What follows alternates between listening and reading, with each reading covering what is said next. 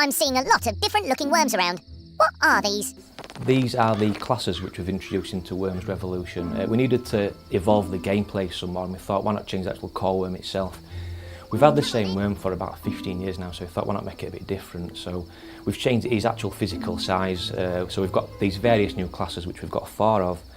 There's the Scout, there's the Soldier, Scientist and the Heavy. We work with Tom Gluckman on the concept artist stuff. He's the famous Worms artist and stuff. His humour's a bit risky, so we had to vet a lot of his stuff that we got, but in the end we nailed down some awesome classes and stuff.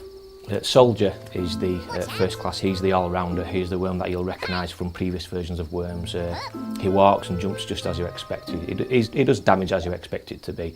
So he's the default guy who you start with when you start playing Worms Revolution. Then you've got the Scout worm. He's the little cute fella. He's a Scout worm. He's the sort of worm that you trust to look after your cat for a fortnight while you went on holiday to Ossett. He's very nimble. He's a Scout. He can also jump a very long way as well. Downside of the nimbleness is that he can take a real kicking by other worms. If the Heavy hits him with the baseball bat, he'll go flying, so a bit of a downside of the Scout. But a cool thing with his size is that because he's so small, when he digs a blowtorch tunnel, they're very, very tiny. So the other worms, Heavy, Soldier, Scientist, they can't get down there, so very cool to hide the Scout away down there. There's the Scientist worm. He's the brains behind the brawn. You'll recognise the Scientist because he's got a huge big head. That head's full of brains, so here it's not some cranial dysfunction going on in there. And he's the support class for the team. At the start of the turn with the Scientist, each worm on that team gets 5 health, which is a real bonus, and he also does things like the sentry gun, electromagnets, which he creates, are far more powerful as well. So a very good support class to the rest of the team. But the downside is he's not a frontline fighter. With the Scientist, we find, get him dug away somewhere, out of harm's way, and he'll support from the back of the Scientist.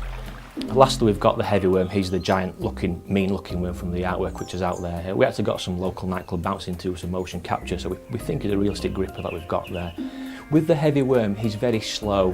He doesn't go up slopes very well, he can't jump very far. Even with the jetpack, he doesn't move very well, but the flip side of that is he's really, really powerful. He can take a punch and he can give a punch back, so he's the sort of class who people like to fight toe-to-toe in Worms are going to love the Heavy class. And something which we've got for Worms Revolution is actual physical damage on the worms themselves. Usually worms can go 12 rounds and they don't bat an eyelid, but now in Worms Revolution they've now got black eyes, they can have missing teeth, they can have bandages. It's funny, but at the same time it's a bit tragic, so you kind of realise what these worms are going through and stuff, so it does shed a tear to your eye while being funny at the same time. If I want to dress up before war, what customisation elements are available? One of the things we've got more of is hats in Worms Revolution. We know people love hats, so we've got the usual selection of military style hats like the World War II helmet. If you want to dress your worm up military serious style, then you can do that. As well as the serious ones, we've got comedy ones in there, such as we've got wigs and stuff, particular pop style wigs where once they're on a worm I do find it pretty hot actually, so a bit of something there for everyone. As well as the hats, we've also got new gravestones and we've also got new victory dancers, forts and other things. Something which we revamped for Revolution is the speech bank system. Before we had one sample pretty much for each one action in the game, but now, because you kind of get sick of hearing the same sample again and again, after 15 years of hearing a worm say, look at that, it's kind of got to us a bit now, so we've fixed that problem. And now you've got the bucket system in place where there's multiple samples for each one action in the game, so you never get bored of the worm saying the same thing over and over again. And we're very proud of the bucket system as well.